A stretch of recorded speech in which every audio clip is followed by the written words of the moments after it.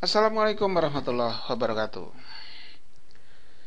Ketemu lagi bareng Agus Pur di pembahasan materi kimia. Kali ini kita akan bahas materi tentang hidrokarbon. Ya, hidro dan karbon. Unsur H sama unsur C. Senyawa hidrokarbon. Nah, kita tahu bahwa senyawa kimia di alam itu ada yang mengelompokkan menjadi senyawa organik dan senyawa anorganik. Senyawa organik itu adalah senyawa yang berasal dari makhluk hidup atau sisa-sisa makhluk hidup. Kayu, daging, tulang, dan seterusnya. Kemudian senyawa anorganik adalah senyawa yang berasal dari alam tapi di luar makhluk hidup. Misalnya batu, pasir, atau mineral-mineral yang lain. Itu senyawa anorganik. Nah, dengan analisa kimia diketahui bahwa senyawa organik itu adalah senyawa karbon. Oleh karena itu, senyawa organik disebut juga senyawa karbon. Ini kita bisa buktikan ketika kita membakar senyawa organik. Kita membakar kayu misalnya, maka akan dihasilkan karbon, arang.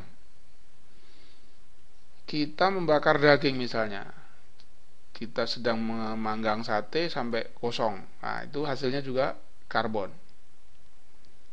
Maka wajar kalau senyawa organik sering juga disebut sebagai senyawa karbon.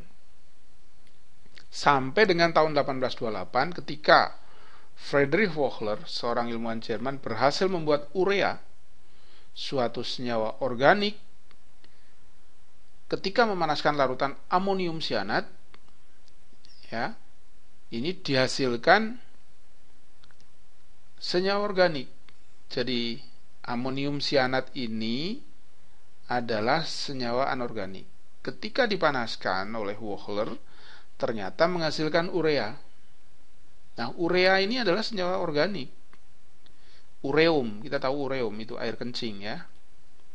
Yang ada dalam air kencing. Itu jelas itu senyawa organik.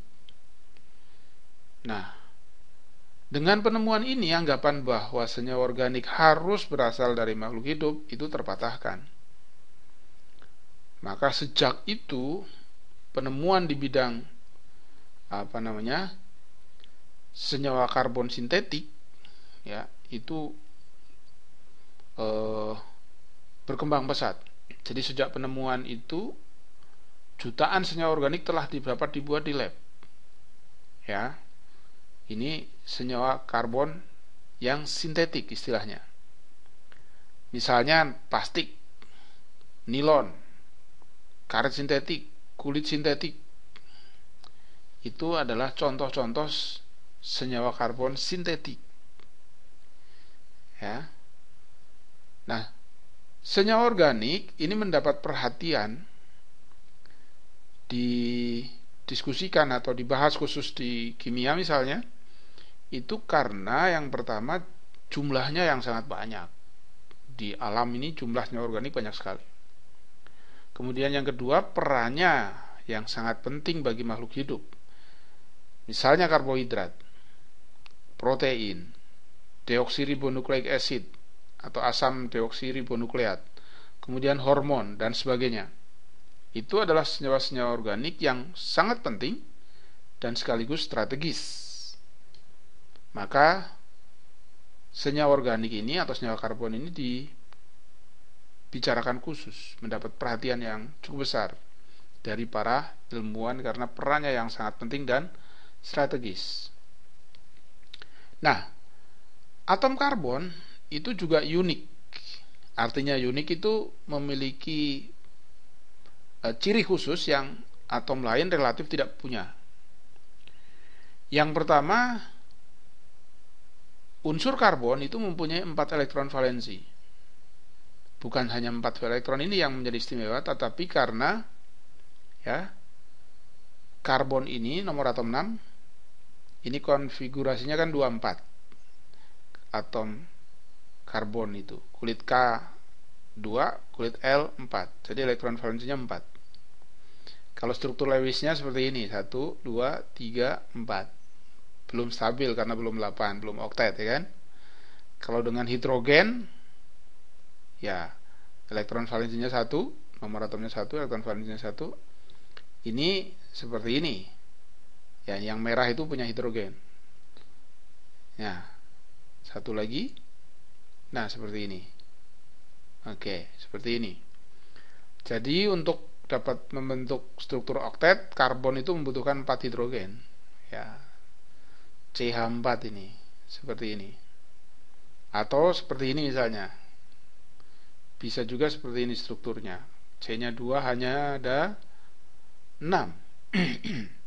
Ini oktet sudah, oktet, ya. Atau seperti ini. Ini dengan hidrogen seperti ini. Nah, kalau dengan O punya nomor atom 8, 2, 6, berarti elektron valensinya 6. Maka O punya 6, 1, 2, 3, 4, 5, 6. Belum oktet ini. 1, 2, 3, 4, 5, 6. Untuk menjadi 8 ini ngambil 1 berkovalen dengan karbon yang kiri ini. Yang ini misalnya dengan hidrogen. Nah, sudah oktet ini. Nah, seperti kita ketahui dalam pembicaraan atau pembahasan ikatan kimia, satu ikatan kovalen ini yang dipakai untuk berikatan itu dilambangkan dengan satu strip ya. Nah, seperti ini. Jadi strukturnya menjadi seperti ini. CH4. Satu strip, satu strip, satu strip, satu strip. Kalau yang ini seperti ini. Ini ikatan kovalen, semua dipakai untuk berikatan sehingga strukturnya seperti ini. C-nya 2 hanya 6. Untuk yang paling kanan ini seperti ini. Ya, ini ikatan kovalen. Nah, untuk pasangan elektron bebas yang ini sama yang ini yang ada di atom O itu tidak dilambangkan dengan satu strip. Karena ini PEB, pasangan elektron bebas. Oke. Yang kedua, atom karbon itu relatif kecil. Kulitnya cuma 2 tadi kan, kulit K dan kulit L. Atom C hanya mempunyai 2 kulit atom, sehingga jari-jari atomnya relatif kecil. Ini punya dampak. Pertama, ikatan kovalen yang dibentuk karbon relatif kuat.